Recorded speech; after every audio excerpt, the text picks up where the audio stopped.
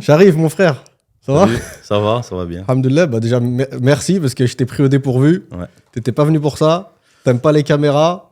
Ah, j'ai horreur de ça. T'es de l'ancienne école. Et à la base, on va vous dire la vérité. Sharif était venu me rendre un petit service, me faire un début de devis Oui.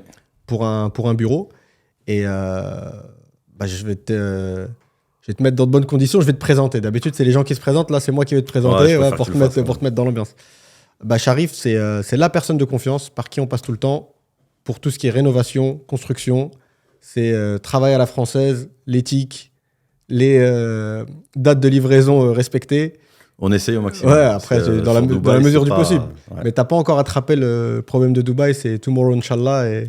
Bah, non, ça déjà, c'est sûr. Avec moi, c'est pas possible. Il y a le Inch'Allah en France, du moins en Europe, et il y a le Inch'Allah ici à Dubaï. La différence, c'est que en France, quand tu dis Inch'Allah, ça veut dire à part si je meurs, je donnais ma parole, je le ferai.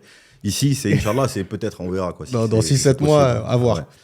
Après, la problématique sur les chantiers à Dubaï, c'est surtout le fait que nous, les délais, comme tu venais de parler de délais, là, en soi, on les respecte quasiment à 95% du temps. Quoi. Parce que moi, je donne des délais, et quand je donne ces délais-là, si tu veux, si j'ai prévu, imaginons, j'ai prévu à peu près 2 mois de travail, je me laisse toujours une marge. Ouais. Je dis au client, voilà, 2 mois et demi, comme ça, je suis sûr que je préfère lui faire plaisir et livrer avant que d'arriver à la date fatidique et puis le client il me dise ouais non je suis pas content, voilà finalement de French Touch il y en a pas quoi. Ouais. Vous dites que vous allez livrer, vous livrez pas. Mais la seule partie où on n'est pas, on n'arrive pas trop à gérer, c'est quelque chose qui est impossible. C'est justement avant de faire des travaux, de faire des approvals. Donc, les autorisations. Voilà, nous on est tributaire des organisations gouvernementales et la problématique c'est d'un chantier à l'autre, le temps peut varier énormément quoi. C'est quoi qui fait que ça peut prendre des mois? Parce que je sais que j'ai des potes, moi, qui s'étaient passés par Baladia. Tu peux passer par Baladia ou c'est autre chose? Oui, mais tu passes par Baladia. Ouais. Il y a plusieurs organismes. Il y a Baladia, il y a DCD, Dubai Civil Defense. Et ça dépend après si tu fais un restaurant, s'il y a du gaz. Chaque côté technique que tu dois faire, s'il y a une spécificité, tu dois obligatoirement passer par un organisme d'État. Ouais, compétent pour le... Ah oui, parce que ils sont très... pour ceux qui ne le savent pas forcément... Dubaï, après c'est pas méchant quand je dis ça, mais Dubaï c'est pas le bled. Hein.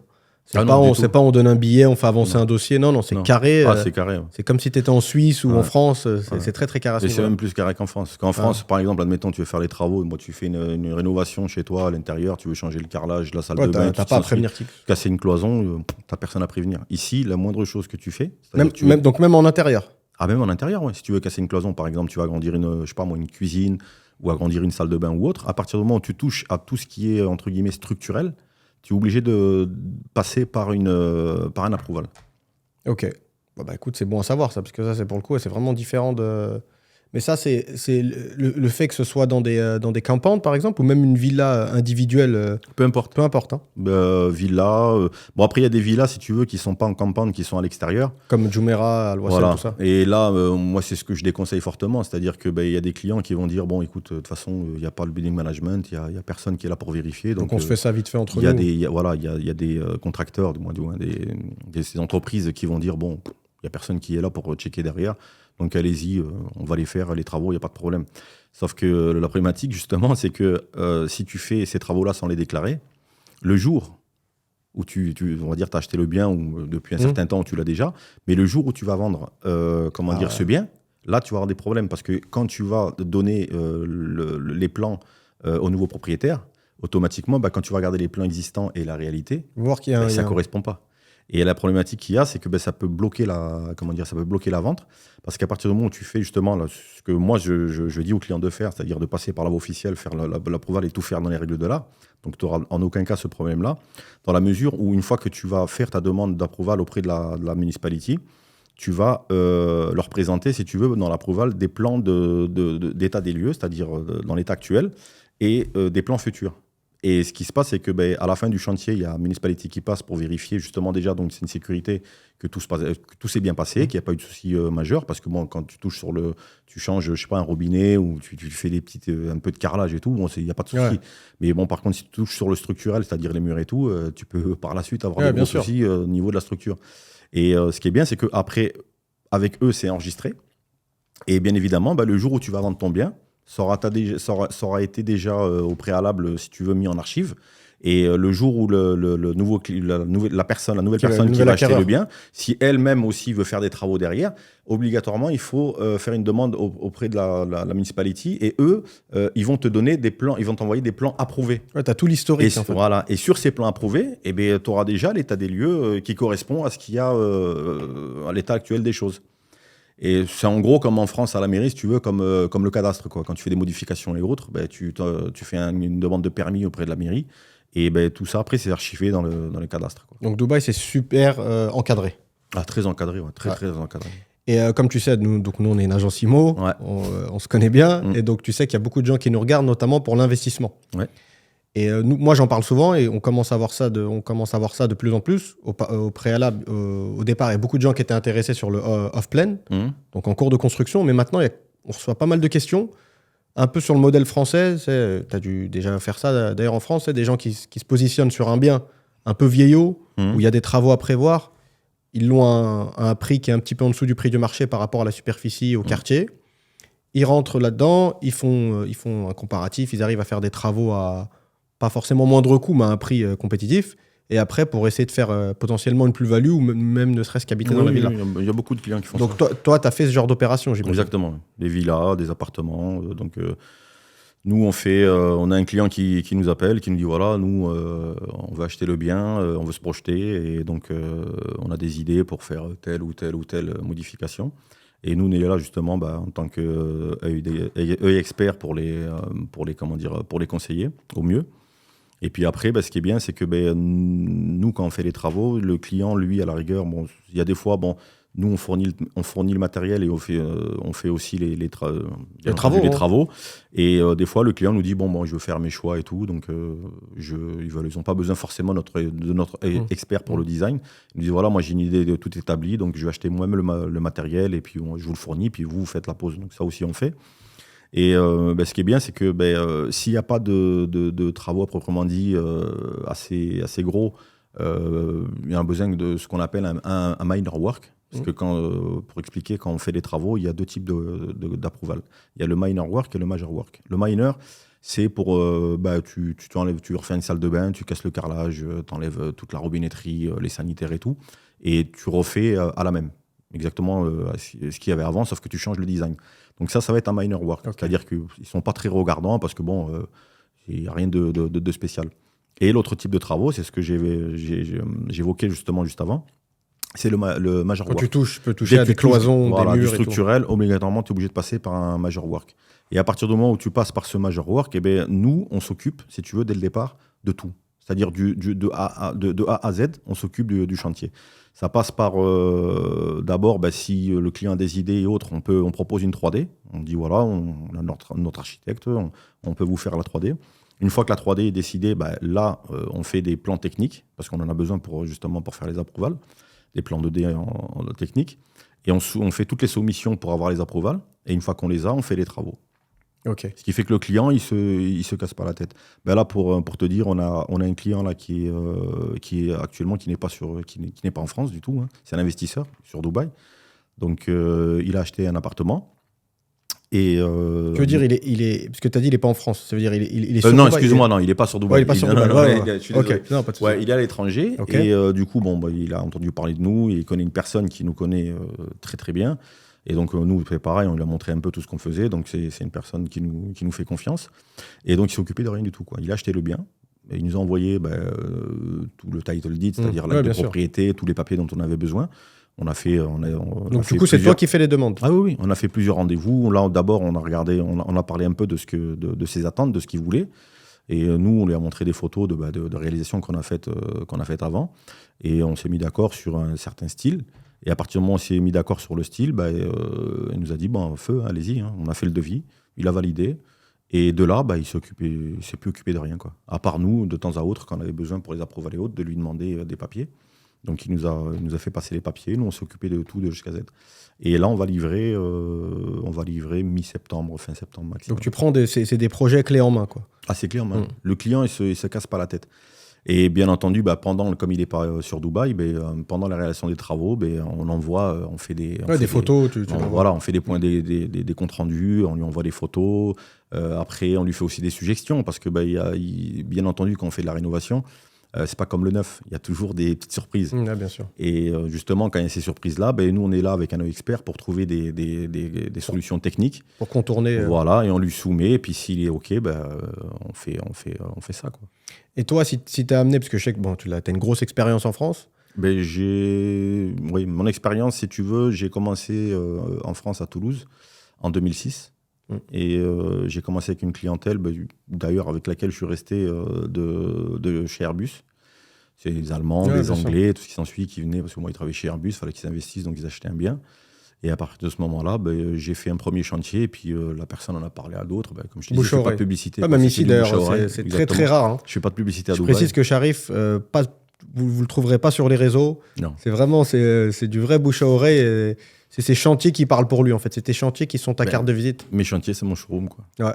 Donc, quand des clients, ils me disent, ils ont des petites hésitations ou autres, ils me disent, oui, mais je ne sais pas, je ne vous connais pas et tout. Je dis, écoutez, voilà telle adresse, parce que je ne fais pas que du résidentiel, tu fais beaucoup de commerce. Je fais aussi des commerces, je fais des restaurants, chicha, coiffeurs, salle de sport.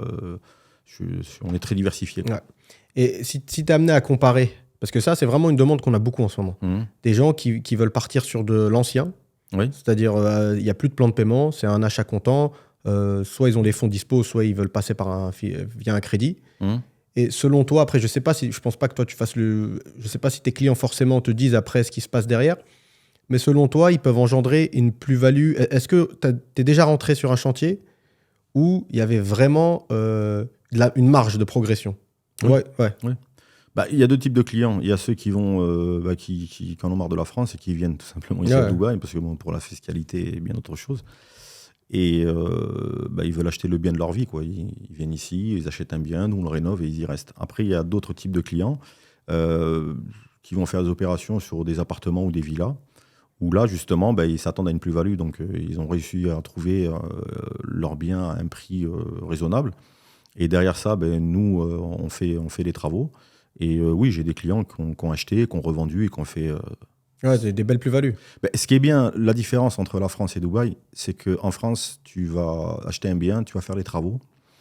Une fois que c'est fini, ça va être assez lent dans la mesure où le marché de l'immobilier n'est pas aussi rapide en France qu'à Dubaï. Dubaï, tu peux acheter un bien, tu peux faire les travaux, on va dire 2 mois, 3 mois, mais dès que le bien est fini, dès que le chantier est fini, le bien il est vendu 15 jours, 30 jours, un mois après maximum. Alors qu'en France, c'est assez lent, tu vois.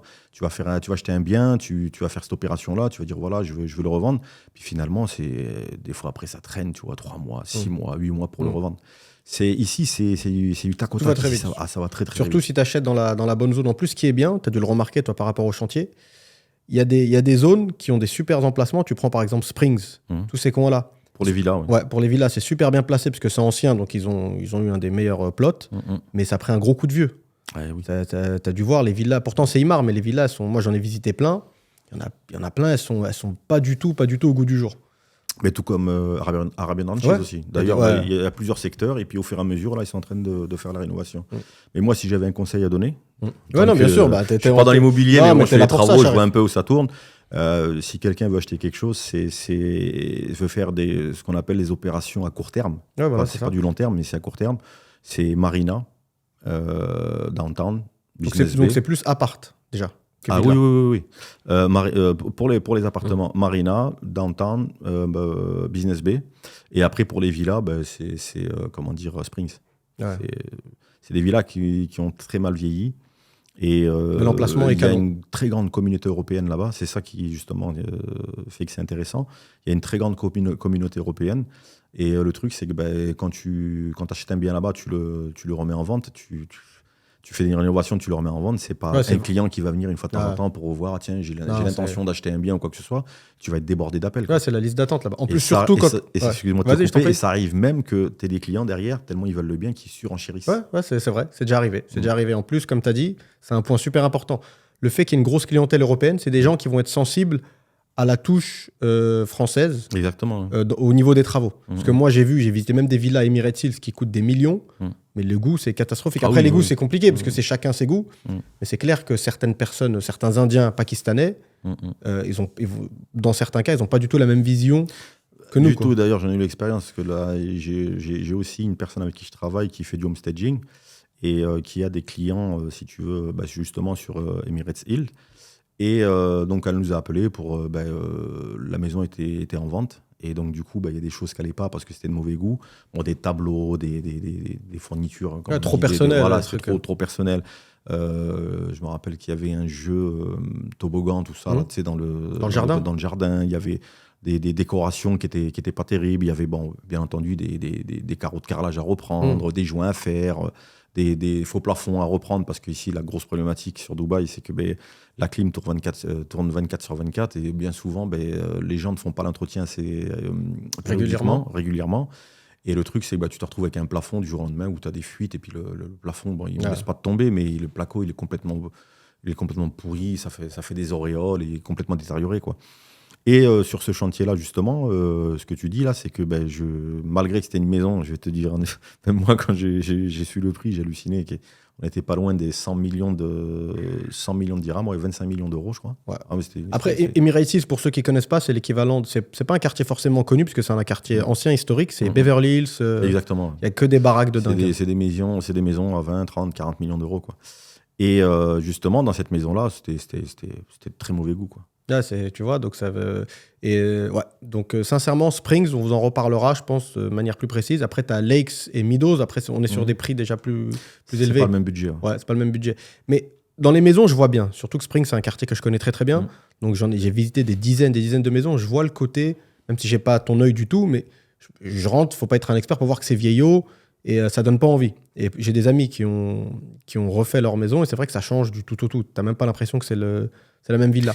C'est ce qu'on disait tout à l'heure par rapport aux approvals, c'est pour les major work. Ce qu'il y a de bien chez Spring, c'est que les maisons qui sont déjà construites, elles sont entre guillemets petites. Pourquoi ? Parce que tu as l'espace cuisine qui est très restreint. Ouais. Tu as des salons qui sont assez petits, si tu veux. Et ce qui se passe et ce qui marche bien, c'est pour ça que c'est plus vendeur. C'est que, par exemple, si tu fais une rénovation là-bas, moi, ce que je conseille aux clients, c'est carrément de casser les cloisons, de faire une cuisine à l'américaine. En gros, si tu veux, une cuisine ouverte. Et là, automatiquement, tu gagnes de l'espace. Tu as une visibilité, tu as l'impression que c'est beaucoup plus grand, quoi. Ça te donne une idée de grandeur, un ordre de grandeur où tu es là, tu te dis, c'est waouh. Par contre, tu n'as pas le droit de toucher à la façade, c'est ça ? La façade, si. Tu peux faire une baie vitrée, par exemple ? Oui, tu peux faire une baie vitrée. Okay. Ouais. Y a une villa qu'on avait faite, là où justement, il y avait la cuisine qui était assez petite. Et entre la cuisine et le jardin, tu avais un petit genre de patio, si tu veux. C'était pas énorme, mais bon, c'était déjà comment dire, de la... Un gain de place. Oui, voilà. Tu gagnais, si tu veux, de la... Comment on dit ça ? Superficie. Tu gagnais de la superficie, désolé. Non, tranquille. Et le truc, c'est que on avait fait les approvals et oui, on a cassé. C'était un mur un peu en arche, là, en arche. Donc d'abord, on a fait expertise, on a expertisé, puis on a vu que c'était pas par rapport au plan fourni par la municipalité, que c'était pas des murs porteurs. Donc du coup, on a pu faire une ouverture. Et puis la baie vitrée existante, si tu veux, on a pu la faire venir plus vers le jardin, ce qui fait qu'on a gagné un peu de superficie. Et automatiquement, ça nous a permis d'avoir une cuisine beaucoup plus grande. Et donc, tout ça pour te dire que voilà, il y a beaucoup de solutions qui font que tu peux ramener une plus-value par rapport à toutes les autres villas qui sont juste à côté. Et il y en a plein qui les laissent. Moi, c'est ça que j'ai jamais compris. Je reviens sur le fait que j'en ai visité des. Même à La Palme, c'est un peu comme ça. C'est en train de changer dans certains coins. Mais il y a. Après, j'imagine peut-être parce qu'il y en a, ils ont une autre approche. Il y a des gens, peut-être, ils avaient énormément de cash. Ils sont pas là dans un suivi de façon, tu vois, vraiment précis des biens qu'ils ont acquéris dans leur portefeuille. Mais il y a des dizaines, voire des vingtaines de villas. T'as l'impression qu'elles sont laissées à l'abandon. Oui, des villas vides. Ouais, des villas vides. Elles sont laissées comme ça. Ou même certaines villas, elles sont louées. Mais le mec, il fait aucun effort. Parce qu'il se dit, ça se loue, il se prend pas la tête. Et elles sont laissées dans leur jus, mais elles sont vieilles. Donc là-bas, vaut mieux acheter et rénover et mettre la maison à son goût que de la louer, quoi. Parce que même en location, c'est très rare d'avoir une maison, justement, où il y a eu ces travaux qui ont été faits. Ouais. Et qui apporte justement tu fais la diff directement. Une qualité de vie, du moins une qualité de vie dans la villa qui est beaucoup mieux que si tu te retrouves avec, comme je t'ai dit, c'est tout salon, petite. Mais il y a Il y a pas mal à faire là-bas. Et dans les appartements, c'est quoi que la demande que tu as le plus? C'est salle de bain et cuisine?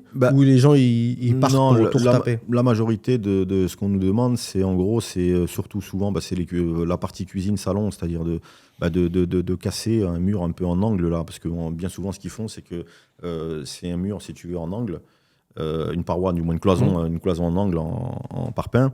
Et puis, face au salon, si tu veux, tu as une ouverture un peu comme un passe-plat. Et puis, bon, ça te permet d'avoir une visibilité sur le salon. Mais bon, c'est bizarre. C'est bizarre, quoi. C'était dans le jus à l'époque, mais maintenant, c'est fini. Donc, maintenant, ce qu'on fait principalement, c'est qu'on casse justement ces cloisons-là, de telle façon qu'on ait une ouverture à l'américaine, une ouverture sur le salon.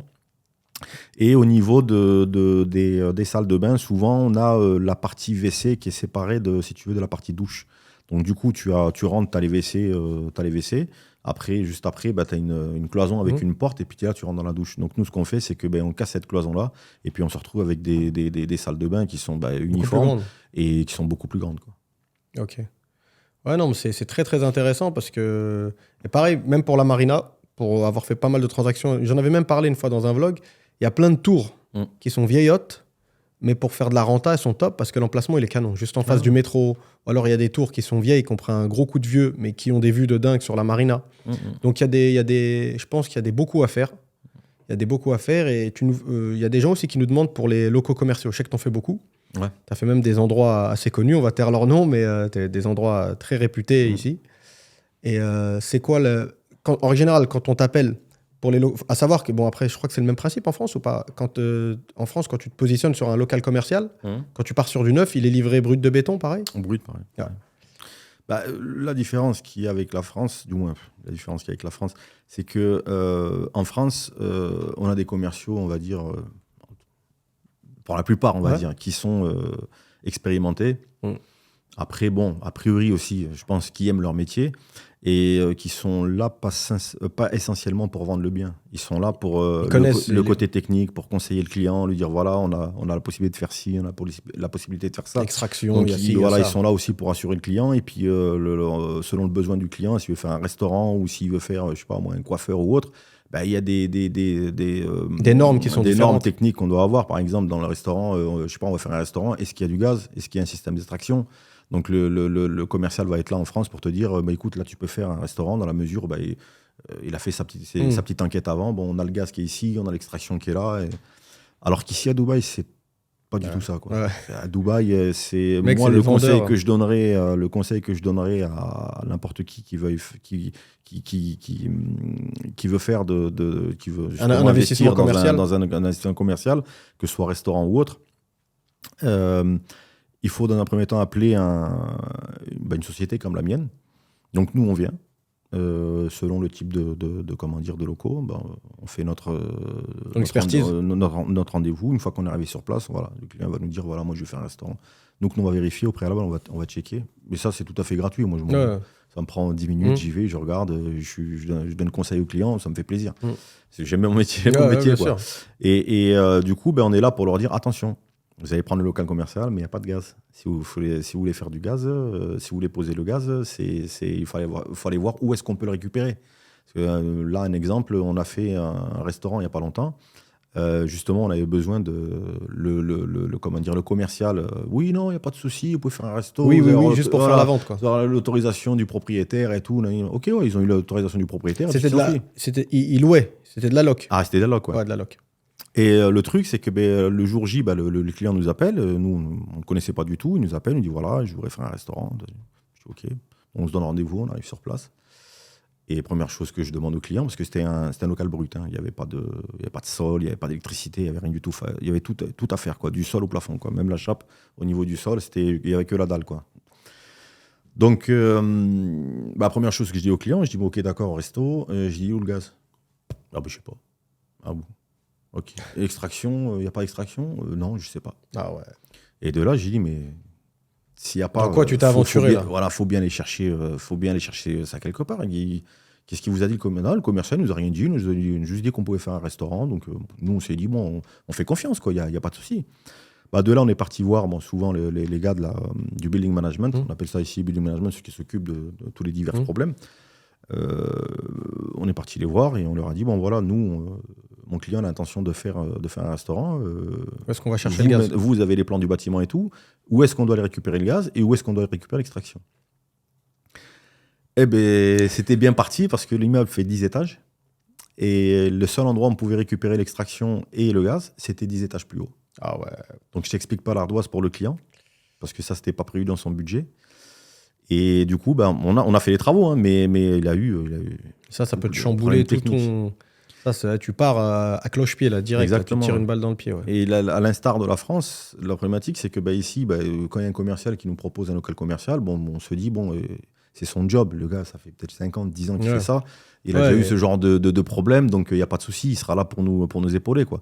Mais ici, comme d'hab, c'est la... Perso, ils s'en foutent, quoi. Ouais. Tu dis, ouais, ok, d'accord. Il veut juste faire sa vente. Tant que le propriétaire il est ok, ça s'arrête là, quoi. Ils disent oui à tout. On va leur dire la vérité. Juste avant qu'on fasse ce petit podcast qui n'était pas prévu. Encore merci, Sharif. Il n'y a pas de souci. On est monté regarder un bureau. Sharif m'expliquait un petit peu comment on peut répartir certaines pièces. C'est une sorte d'open space. Et l'agent qui était là, qui représentait la propriétaire du bureau, disait oui à tout. Mais moi, j'ai vu dans ses yeux qu'il n'avait rien compris. Je sais pas si tu as remarqué. Exactement. Oui. Même toi, après, tu m'as dit, lui, il va falloir lui faire un dessin, un vrai croquis. Ah, mais il faut qu'il comprenne vraiment bien, quoi. Et alors qu'en plus, c'est des trucs importants. C'est lié à la sécurité, à la sécurité incendie, etc. Ce qu'on etc. appelle DCD, c'est Dubai Civil Defense. Le local, je prends derrière toi. Le local, il est vide, mais il est d'une seule partie. Il n'y a pas de cloisonnement, il n'y a rien du tout. Et en plafond, si tu veux, tu as les détecteurs de fumée. Et pour l'instant, il n'y en a qu'un seul parce qu'il n'y a qu'une grande pièce. Et il y a quelques sprinklers. Les sprinklers, c'est ce qui se déclenche quand il y a le feu. Si tu veux, qui envoie l'eau, là. Ça déclenche l'eau au bout d'une certaine température, il se déclenche. Et le truc, c'est qu'à partir du moment où on va faire du cloisonnement, automatiquement, chaque pièce qui va être fermée, parce qu'elle va être fermée du sol au plafond, il lui faut un détecteur de fumée et un sprinkler. Donc, comme on a vu, si tu veux, le layout, c'est-à-dire la disposition des pièces que tu veux faire, je t'ai soulevé que il va manquer deux détecteurs de fumée et il y aura des modifications à faire sur les sprinklers. Ce qui renvoie l'eau. Or, toi, je ne sais pas si tu as le budget ou pas, mais moi, normalement, tu as le budget pour faire ton idée première, c'est-à-dire de faire un local, faire des cloisons et tout, mais tu n'avais peut-être pas le budget derrière s'il y a des travaux à faire, c'est-à-dire qu'il faut faire les modifications pour les sprinklers et c'est pas ce qui coûte pour les détecteurs de fumée, mais c'est surtout le travail de sprinkler, parce que derrière ça, maintenant, il va falloir faire un approval. Et cet approval-là, il a un coût.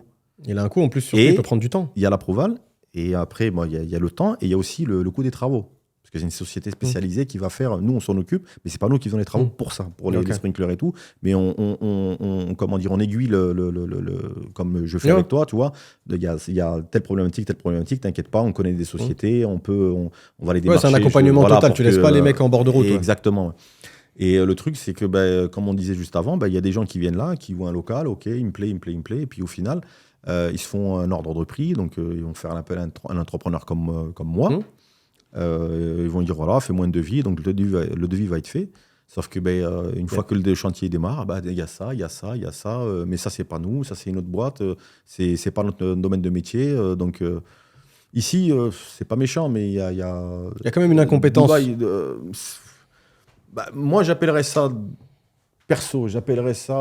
plus dans un premier temps du je veux vendre à tout prix, c'est ça, que de l'incompétence, parce que ils ont forcément déjà eu affaire à ce problème, à cette problématique. Et c'est juste qu'ils veulent, ils tournent la tête, quoi. Ils pensent à leur vente. Et la commission. Ouais, c'est ça. Ouais, c'est nous. On l'a même nous dans l'IMO aussi, on l'a beaucoup. Hein. Les mecs ils vendent et ils disent oui à tout, tu vois, ils ont tendance à dire oui. Après le mec il se retrouve, il est un peu perdu, il est un peu paumé. En plus si tu rajoutes à ça la barrière de la langue, alors là c'est le mec, plus le stress lié à un nouveau business, plus le stress parfois lié à une nouvelle expatriation. T'as dû en voir, c'est des mecs qui viennent d'arriver, ils se lancent directement sur un commerce. Moi j'en connais personnellement, les pauvres, c'est pas pour vous freiner, hein, ceux qui ont un truc bien ficelé. Je pense que si tu fais les choses dans l'ordre et par étapes, comme d'hab, sans brûler des étapes, tu peux y arriver. J'ai vu des mecs investir des sommes énormes quand même et se planter. Ça fait mal au cœur, hein, tu vois, ça fait chier, d'autant plus qu'en plus, en tant que Français. Moi, parce que je pense qu'en amont, il n'y a pas eu assez de préparation, quoi. Ouais, c'est un peu trop C'est-à-dire que nous, on est nés en France. On a l'habitude de la France, et même moi, dans le domaine du bâtiment, j'ai l'habitude de travailler à la française. Ouais. Je ne parle pas des travaux en eux-mêmes, parce que, mis à part quelques normes, entre ici et Dubaï, c'est quasiment la même chose. Mais la préparation, c'est pas la même. Et la problématique, c'est qu'ici à Dubaï, il y a des gens qui viennent et qui se disent c'est comme en France. Ouais. Parce qu'ils ont pas, nous les Français, t'as une habitude. l'habitude de s'expatrier comme ça du jour au lendemain. Et c'est vrai que Dubaï, c'est une destination maintenant qui est très, très prisée.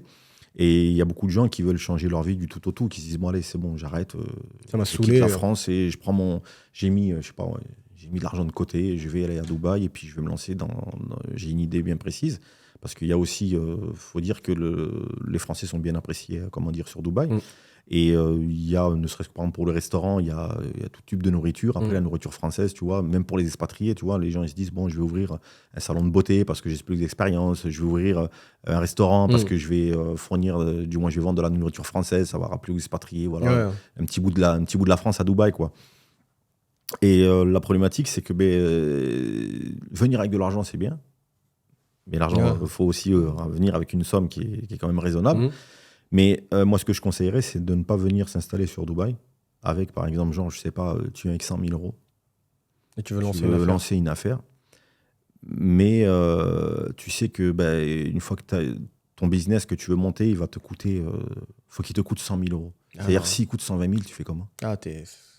C'est un suicide. Et il y a beaucoup de gens, il y a beaucoup de personnes qui viennent ici sur Dubaï, qui viennent avec un certain budget et qui se retrouvent vite dépassés parce que ils font une estimation personnel.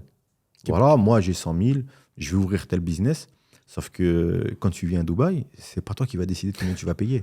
Exactement, c'est bien dit ça. Quand tu viens à Dubaï, et tu vas avoir des travaux. Les gens, souvent la problématique, c'est qu'ils se disent voilà, je vais louer le local. Le local, ils regardent un peu sur Dubizzle ou les autres. Ils disent voilà, ça va me coûter à peu près tant le local, j'ai tel budget pour le local. Derrière ça, ils vont dire les travaux, je vais faire les travaux, je vais pas faire les trucs de ouf au début non plus parce que une fois que je vais être rentable, là, je vais améliorer, 2-3 ans, je vais réinvestir pour justement améliorer le business. Mais ils négligent, je pense à mon avis, totalement tout ce qui est à côté, c'est-à-dire tous les faux frais. C'est-à-dire que quand tu vas prendre un local, par exemple, ils vont regarder que le prix du loyer, mais derrière, tu as la commission d'agence. Derrière, tu vas payer le déposit. Et il y en a un troisième, c'est... tu as les frais d'agence, le déposit. T'as quoi d'autre ? Locaux commerciaux. À savoir que les frais d'agence sont plus élevés pour le commercial que pour le résidentiel. Sont plus, Donc, attends, tu as les frais d'agence, tu as les frais pour le... Après, il n'y a pas quelque chose justement à payer à Baledia. Et le déposit. Ouais, on l'a dit. Attends, c'est frais d'agence, security deposit. Donc, que tu donnes au propriétaire, c'est la caution, quoi, en gros. Et la caution. Ouais. Non, mais la caution, c'est security deposit. Ah oui, non. Donc, attends, frais d'agence, qui sont de 10%. Ouais. Security deposit. 10% pour les professionnels. Ouais. Et après, 5% pour les particuliers. Ouais. Et après, ça dépend du proprio. Il y a des proprios qui demandent 2 mois, security deposit, et des proprios qui demandent 1 seul mois. Donc après, autant pour moi, non, mais c'est déjà. Je sais pas pourquoi, il y a eu un cas, je crois, il y avait un troisième truc, je sais plus c'est quoi. Mais ça chiffre. Et voilà, donc ça chiffre. Derrière ça, s'il y a des approvals à faire, il va falloir déjà payer pour la société, parce que moi je fais les approvals. Donc moi, je vais facturer pour faire ces approvals, parce que il faut faire des plans, il y a technique, il y a tout un. Aller voir les différents. T'arrives pas comme ça, comme dans un saloon, il y a lui qui veut ouvrir. Il y a moi déjà qui vais facturer toute la partie approval. Et derrière ça, il y a aussi les organismes gouvernementaux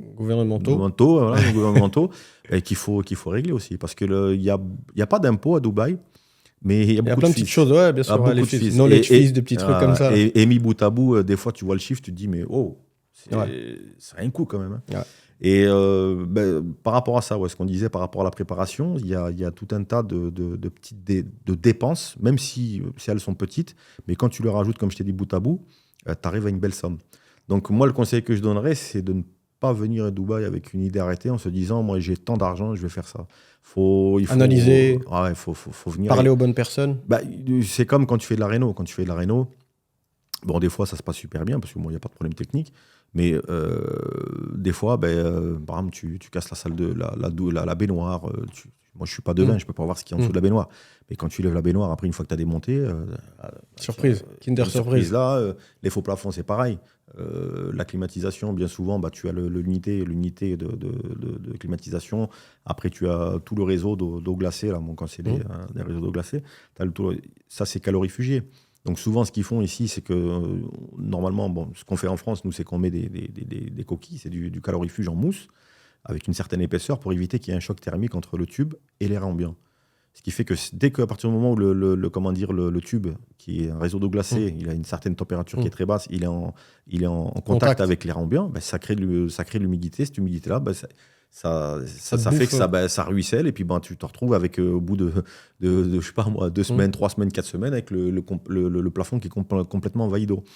Et nous, à 95% du temps, quand on a affaire à ce genre de choses, on vient et puis on constate que à ce niveau-là, ça fuit. Pourquoi ? Parce que sur tel tronçon, les gars, au lieu de couper proprement et de rajouter du calorifuge et puis de re-isoler ça, ils prennent les adhésifs d'électriciens. Ouais. Ils enroulent ça, pour eux, c'est réparé. Donc quand ils partent de là, le client est alors c'est bon, oui, c'est bon, c'est réparé. Sauf que 2 semaines après, le client c'est une question de temps. Ils n'ont rien fait, quoi. Il y a beaucoup de choses comme ça. Bien analysé. Encore une fois, on vous noircit pas le tableau, au contraire. Non. On vous donne toutes les clés pour pouvoir avancer. Parce qu'après, il y a aussi des success stories, comme on dit. Il y a des gens qui ont fait les choses en bon ordre, en bonne et due forme, et ça cartonne pour eux. Et parce qu'ils étaient préparés, ils sont bien préparés au préalable. Ouais. Et ici, pour moi, la devise à Dubaï, je dis pas que c'est impératif. Bon, je dis que c'est impératif, c'est qu'il faut pas se précipiter. Pas brûler les étapes. Pas brûler les étapes. Il faut faire un plan d'attaque. Où là, on se dit, voilà, je veux faire un local. De quoi j'ai besoin ? Tac, tac, tac, tac, tac, tac. Est-ce qu'il y a des choses que je ne sais pas ? Mais à titre gracieux, tu appelles un professionnel, un contracteur, tu dis, voilà, moi, je vais faire ça. Est-ce que j'ai oublié quelque chose ? Ah oui, tu as oublié les approvals, tu as oublié ci, tu as oublié ça. Et ça, après, ok, combien ça coûte ? Il faut très, très, très, très bien ficeler son budget dès le départ. Et les approvals, on est d'accord, c'est une question un peu... Je pense que c'est un peu bateau, mais on est d'accord que tout ce qui est approval, tu fais la demande. Après, là, on ne parle pas sur une optique quelqu'un qui achète un local commercial. On part sur l'optique quelqu'un qui loue. Donc, tu dois d'abord louer, avoir ton contrat de location, l'IJARI, et ensuite, tu fais toutes les demandes. C'est ça, on est d'accord ? Ouais. D'accord. Ah ouais, donc c'est vrai que si tu n'es pas prêt... Même ça, il faut le garder en tête, parce que tu peux commencer à payer le loyer et tu t'ouvres pas. Parce qu'après, tu es pris au piège. Moi, ce que je conseille aux gens, c'est au préalable de visiter des locaux. D'accord ? Si il n'y a pas besoin de quelque chose de spécifique au niveau technique, il n'y a pas de souci. Hein. Genre, je sais pas, moi, tu veux faire un bureau, pas un bureau de tabac, mais tu veux faire un bureau comme celui-ci, tu n'as pas besoin d'eau, tu n'as pas besoin de... Tu vois ce que je veux dire, tu n'as rien de spécifique. Par contre, tu veux faire un restaurant, tu as besoin de gaz ou autre. Toujours checker ça. Et il faut impérativement, si tu veux, avant de prendre quelques décisions que ce soit, contacte un professionnel, dis-lui, voilà, est-ce qu'on pourrait se voir à tel endroit ? J'ai un projet, je veux avoir l'avis d'un expert. Est-ce qu'on pourrait se donner rendez-vous à titre gracieux ? Vous venez, vous regardez. Peut-être qu'il y a des choses que je n'ai pas vues, que vous verrez. Parce que je ne veux pas, moi, m'engager, commencer à... Après, une fois que tu as signé, tu es parti. C'est mort. S'il y a des choses comme ça, ce qui se passe, c'est que moi, les gens ils m'appellent et me disent, voilà, j'ai l'intention de faire, je sais pas, un restaurant sushi, j'ai l'intention de faire ça, de faire ci, de faire ça. Et de là, ils me contactent. Moi, j'arrive, je regarde. Voilà, vous voulez quoi ? Alors, je veux ça, je regarde, ok. Tous les éléments sont là, ok, oui, il n'y a pas de souci. Ouais. Mais toi, tu as une fourchette où c'est vraiment au bon... Ouais, j'imagine que c'est quand même, ça reste au bon vouloir des institutions. Mais parce que moi, je te dis ça parce que j'ai une amie, la pauvre, ça remonte à quelques années. Elle voulait faire une école avec son mari. C'était une école allemande, je me souviens. Et ils avaient loué une villa sur Al-Wassel, très très chère, parce qu'ils avaient un espace énorme, tu vois. C'était un peu Montessori, tout ça. Donc il y avait beaucoup d'espace extérieur et tout, bref. Et je sais qu'elle est restée 6 mois. Elle avait payé 6 mois de loyer. Enfin, elle a payé l'année complète, mais au bout de 6 mois, elle n'était toujours pas ouverte. Ouais. Donc, il n'y a même pas, toi, au préalable, avec l'expérience que tu as, ma tante, tu peux donner une fourchette ou non ? C'est vraiment... Alors, bon vouloir. Moi, si tu veux, par expérience, parce que bon, au tout début, j'étais comme tout le monde. Moi, je suis arrivé ici et puis... T'as appris j'ai appris au fur et à mesure. Au fur et à mesure, maintenant, je suis vraiment bien calé par rapport à ça. J'ai appris qu'il ne faut pas jeter de la poudre aux yeux au client et de lui dire, voilà, il y en a pour combien de temps. Moi, en tout cas, pour ma part, les travaux, oui, je dis... Voilà, tu peux, parce que tu maîtrises. Ça dépend de moi, donc ça, il n'y a pas de souci. Par contre, tout ce qui est approval, non. Je donne pas de date. La moyenne, on va se baser sur une moyenne, c'est entre 3 semaines et un mois et demi. C'est une fourchette. C'est une fourchette. Mais oui, il y a eu des approvals qui ont duré beaucoup plus longtemps que ça parce que il y avait des problèmes déjà dans le dossier. Voilà. Parce que quand tu fais ta soumission, automatiquement, c'est lu et analysé par les gens qui sont justement dans ces institutions. Et tu peux avoir des retours, tu peux avoir des commentaires. Donc, ils vont te renvoyer un mail en te disant, voilà, donc on a tout checké, on a tout vérifié. Par contre, on a une question là-dessus, Il faut être réactif en plus si tu laisses traîner. Voilà. Donc, une fois qu'ils vont te l'envoyer, donc toi, bien entendu, tu dois répondre. Mais entre le moment où tu fais ta première soumission, tu as un commentaire. Ça part en match de tennis, là. Donc, moi, je vais dire au client, voilà, il en a pour un mois, alors que finalement, il en aura eu pour 1 mois et demi, 2 mois. Donc, c'est pour ça que moi, je vais être le plus clair possible avec le client, lui montrer vraiment la réalité des choses. Et voilà, sur ce que je maîtrise, moi, je peux donner des dates, je peux donner des délais, il n'y a aucun souci. Sur ce que je ne maîtrise pas, parce que bien entendu, la partie où, quand on fait l'approval, la partie qu'on doit envoyer pour l'approval, ça, on la maîtrise parce que voilà, on sait qu'on va faire les plans en temps de temps, on sait que voilà, et après, on met en ligne, on le renvoie, ça, on le maîtrise. Mais le temps de réponse, ouais, c'est pas dans tes mains. Je ne peux pas te dire. Tout ce qui est lié à ton travail et à ce que ta boîte fournit, tu donnes des délais bien précis. C'est logique. Oui, parce que quand tu envoies ton approval auprès de l'organisme, lui, à partir du moment où tu vas commencer avec toi, mettons, tu es mon client, tu me dis voilà, je vais faire un approval et tout, je vais dire ok. Donc, ok, on se lance pour l'approval. Mais avant ça, en amont aussi, moi, il faut que le propriétaire des lieux me donne l'accord. Donc, il va me faire ce qu'on appelle une NOC. Cette NOC-là, s'il faut, des fois, le propriétaire, il est réactif de suite. Parfois, des fois, c'est 1 mois, 2 mois. Ou alors, tu as le propriétaire qui a laissé ça en Power of attorney. Voilà, au commercial ou autre. Procuration. En procuration au commercial. Et puis, le commercial, lui, il a d'autres choses à faire. Il visite d'autres biens et tout. Il va se dire, je répondrai quand j'aurai le temps. Donc, il y a ça. Il y a, c'est toi qui dois, en tant que tenant, c'est toi qui dois me faire l'approval. Donc, ça, pour toi, c'est pour ton projet. Donc, tu es assez réactif. Et il y a d'autres parties, si tu veux, qui sont plus ou moins réactives ou pas, quoi. Ça ne dépend pas que de Municipality. Tu as plein d'éléments qui peuvent ralentir le process. Oui. Ouais. Parce qu'à partir du moment où tu fais ta demande auprès de Municipality, eux, ils vont t'accepter. Mais derrière, par exemple, tu as peut-être besoin de faire Dubai DCD. DCD, ils vont être peut-être moins réactifs. Tu as d'autres organismes, si tu veux, qui vont prendre un peu plus de temps aussi, quoi. Donc, c'est pour ça que quelqu'un qui me dit « Ouais, moi, je maîtrise parfaitement les approvals par rapport au délai », je ne sais pas comment il fait. Ah, c'est du vent, quoi. Il y a de grandes chances que ce soit du vent. C'est du doux. Ouais. Tu sais que dans la moyenne ici, quand tu fais, tout dépend ce que tu veux faire, mais quand tu fais un projet, moi des fois, j'ai des gens qui me disent voilà, moi j'ai l'intention je sais pas moi, d'ouvrir une salle de sport, j'ai l'intention d'ouvrir un barbershop, j'ai l'intention d'ouvrir tel ou tel commerce. Par contre, ils sont arrivés, ils ont loué le local. Et ils te disent, par exemple, là, on est au mois d'août, il va te dire fin septembre, il faut que je sois ouvert. Ah, c'est de la science-fiction. Le client, je lui dis, non. Ah si, il faut que je sois ouvert fin septembre. Je dis, non, mais c'est pas toi qui décides. Donc, si moi, tu me laisses le temps d'analyser ça et te donner une date butoir, c'est-à-dire qu'avec mes estimations, je vais dire, voilà, moi, ne table pas sur fin septembre, table plutôt sur fin novembre, fin décembre.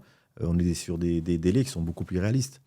Et comme je te disais tout à l'heure, les gens veulent aller trop vite. C'est-à-dire que c'est vrai qu'à partir du moment où tu poses ton loyer, tu commences à payer, le local il est vide, et tu commences dès le départ, tous les mois, tu payes un loyer qui n'est pas rentable. Mais après, il y a une chose qu'il faut savoir aussi, c'est que quand ici, ils savent très bien que, justement, comme ils savent qu'il y a un certain délai donne la grâce, non voilà, pour faire des travaux, tu peux toujours négocier 2, 3, jusqu'à 4 mois de... pas mal. Oui, moi, j'avais déjà vu 2 mois de grace period. Jusqu'à 4 mois de loyer gratuit, quoi. Ok. Gratuit, c'est-à-dire, non, c'est pas gratuit. C'est juste décalé, quoi. En gros, au lieu de payer ton loyer sur 12 mois, par exemple, si tu donnes 4 mois, tu vas payer ton loyer sur 16 mois. C'est-à-dire qu'il te réclamera de payer l'année d'après que 16 mois après, quoi. Ouais, ça te permet de commencer les travaux sans avoir sorti des sous. Justement, ils savent qu'il y a cette problématique, donc ils sont compatissants avec ça, on va dire. Et vu que toi, tu es en contact avec plein de personnes qui ont loué des commerces, Bon, dans le pire des cas, parce que je me suis posé cette question parce que j'ai déjà vu ce cas de figure-là. Une personne qui prend un local commercial à la location Shell & Corse, donc brut de béton. Ouais, brut de béton. Il lance son projet, il fait les travaux. Malheureusement, ça marche pas. Au bout de la 2e année, il se tire. Tu es d'accord avec moi qu'il remet pas le commerce dans l'état dans lequel il a pris. Il le remet pas en Shell & Corse. Il se casse, lui, avec ses meubles, avec, on va dire, je sais pas moi, le mec, il a fait un barbershop. Il revend les sièges, il revend ses miroirs, il revend tout. Il essaye de récupérer ce qu'il peut récupérer. La fin de son bail arrive et il part. T'es d'accord là-dessus? T'es en train de me dire quoi? Que finalement, il faut qu'il recasse tout, qu'il le remette dans l'état où il l'a trouvé? Justement, parce qu'une fois, j'ai eu une conversation avec un client et je lui ai dit que paradoxalement, il y a plein de gens qui ne pensent pas forcément à l'investissement commercial à Dubaï. Là, je ne parle même pas de quelqu'un qui veut développer une activité. C'est un investisseur pur. Peut-être parfois, il n'habite même pas à Dubaï. Tu vois, il est en France, il est en Suisse, il est en Belgique. Il veut investir des sous. Et à la différence d'un appartement ou d'une villa, j'ai l'impression que les locaux commerciaux, tu les récupères dans un meilleur état dans lequel toi, tu les as achetés. Je te dis ça parce qu'une fois, j'ai un client qui est en Algérie, un Algérien. Il a acheté un local commercial à City Walk. Ouais. Il l'a acheté très cher. Ouais, mais City Walk, déjà, tu vois le quartier. Ouais, voilà. C'est comme si tu me disais. C'est clair. Tu vois, mais au final, lui, il l'a acheté brut de béton. Il voulait développer une activité. Son fils voulait développer une activité. Ils n'avaient pas le temps, ils ne pouvaient pas venir tout de suite. Ils ont été retardés, donc ils l'ont mis à louer. Malheureusement, il y a eu deux locataires qui se sont succédés. Et lui, si tu veux, il a récupéré un local commercial flambant neuf, quoi. Ça veut dire son locataire lui a fait les travaux, quoi. Oui. Donc alors que souvent, un appartement, c'est le contraire. Tu l'achètes et quand ton locataire te le rend, en général, il est dans un moins bon état. Donc ouais, je dis ça, cette petite parenthèse pour dire qu'il ne faut pas du tout négliger l'investissement sur les locaux commerciaux. Ça marche plutôt bien à Dubaï. Non, ça marche. Ouais. Les gens, il y a une grande... les gens sont très portés sur l'entrepreneuriat. Toutes les nationalités confondues. Hein. Les gens, ça monte des restaurants. Tu prends l'avenue de Jumeirah, tous les 3 mois, il y a un truc qui ouvre, un truc qui ferme. Ça n'arrête pas. Ça n'arrête pas, donc voilà.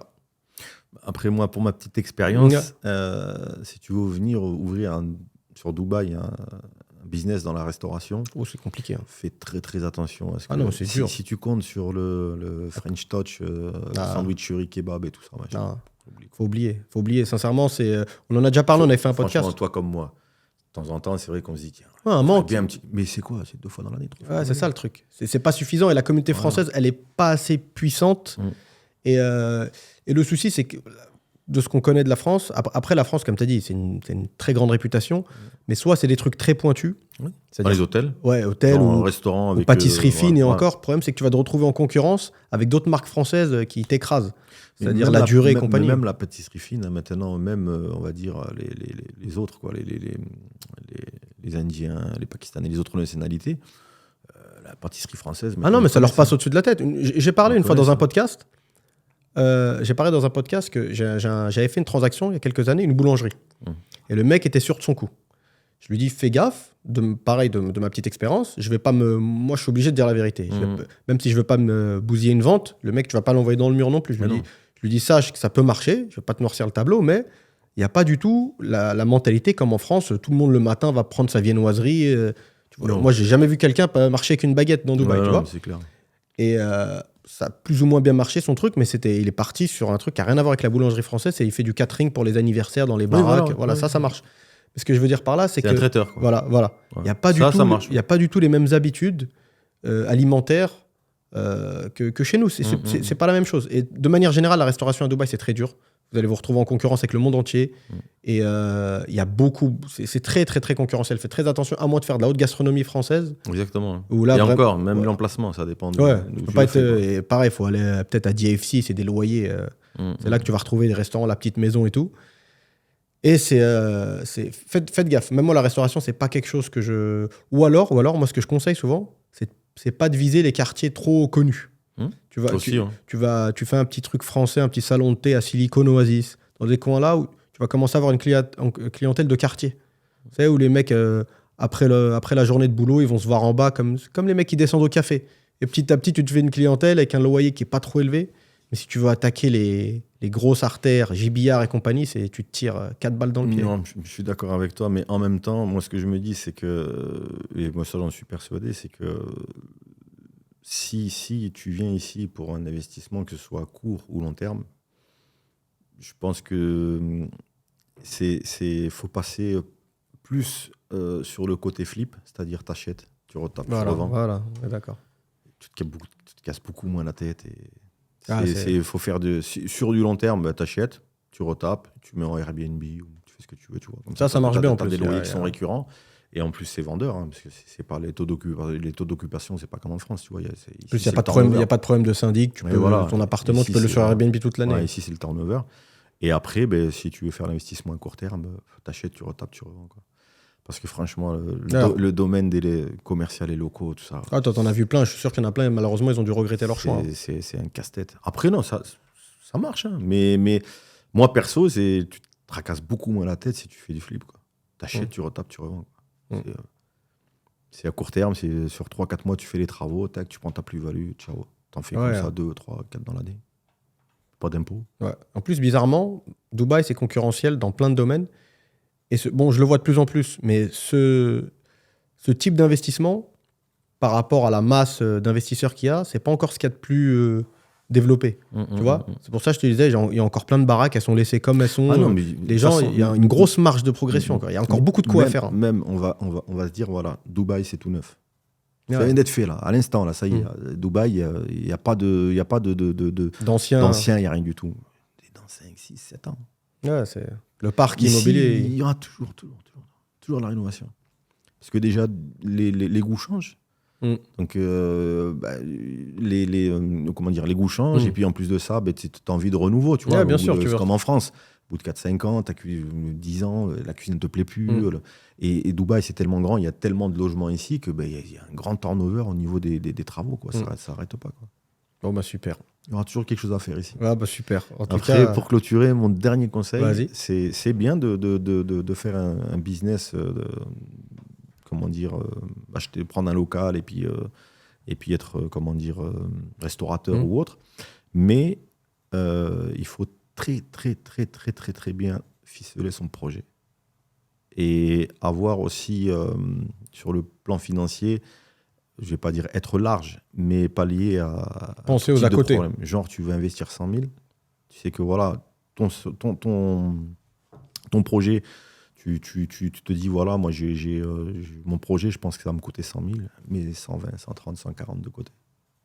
Prépare-toi. Voilà, parce que si tu fous toutes tes billes dès le départ, comme ça, dans ton projet, et que finalement, comme je t'ai dit, tu as des coûts qui viennent se greffer comme ça sur des trucs que tu ne maîtrisais pas, et que tu as, je sais pas moi, 10, 20, 30, 40 000 euros en plus de frais à payer, tu risques peut-être tout simplement de tout perdre. Ah, c'est flippant.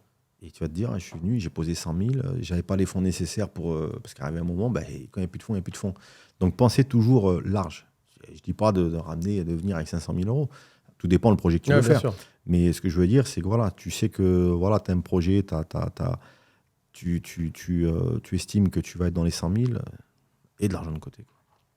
Très, très important ici à Dubaï d'avoir des économies parce que le coût de la vie d'une année à l'autre, il peut varier de 20, 30, 40%. Parce que le loyer, c'est ce qui va définir un peu ce que tu dois payer. C'est partie des grosses dépenses. Il y a des gens, ils ont un coût ils vivent avec, le coût de la vie pour eux, c'est genre, je sais pas moi, 60 000 euros à l'année. D'une année sur l'autre, de 60 000, l'année d'après, c'est 70, 75 000, 80 000 euros. Donc, c'est pas négligeable. En dehors de tout ça, par expérience, venez à Dubaï, travaillez, gagnez votre vie, mais ne gaspillez pas vos salaires tous les mois à vivre à crédit ou à vivre avec juste ses moyens. Voilà, à vivre avec juste ce qu'on a, au-dessus de ses moyens. Parce qu'il faut toujours penser à l'année d'après. Alors qu'en France, tu vois, c'est assez. Tu vois venir. Plat, c'est linéaire. Voilà. Ce que je veux dire, c'est qu'en gros, pour imaginer ça, en France, le train de vie, il est linéaire. C'est-à-dire que c'est des dépenses fixes, des charges fixes, qui ne varient pas tant que ça. Ici, à Dubaï, ce n'est pas linéaire, c'est exponentiel. Du jour au lendemain, tu peux te retrouver avec une. Ouais, c'est vrai que Non, c'est vrai. Et moi, mon mot de la fin, c'est acheter un appartement chez nous, Faites le rénover chez Sharif. Repassez par moi, je vous le revends. Et voilà, vous n'aurez pas à vous casser la tête plus que ça. Sharif, merci beaucoup, frérot. Il n'y a pas de souci, c'est gentil de m'avoir invité. Attends, je t'ai même pas prévenu en avance, comme d'hab à l'arrache. Et mais tu m'as pris au dépourvu quand même. Je t'ai pris au dépourvu. J'étais pas chaud. Je t'ai pris au dépourvu, t'étais pas chaud. Je sais que t'aimes pas les caméras. Franchement, je pense que ça va plaire à beaucoup de monde. Il y a pas mal de gens qui vont apprendre pas mal de choses. Merci. À très bientôt. Et puis je te dis à très bientôt. Merci, Sharif. Ciao. Allez, merci. Ciao.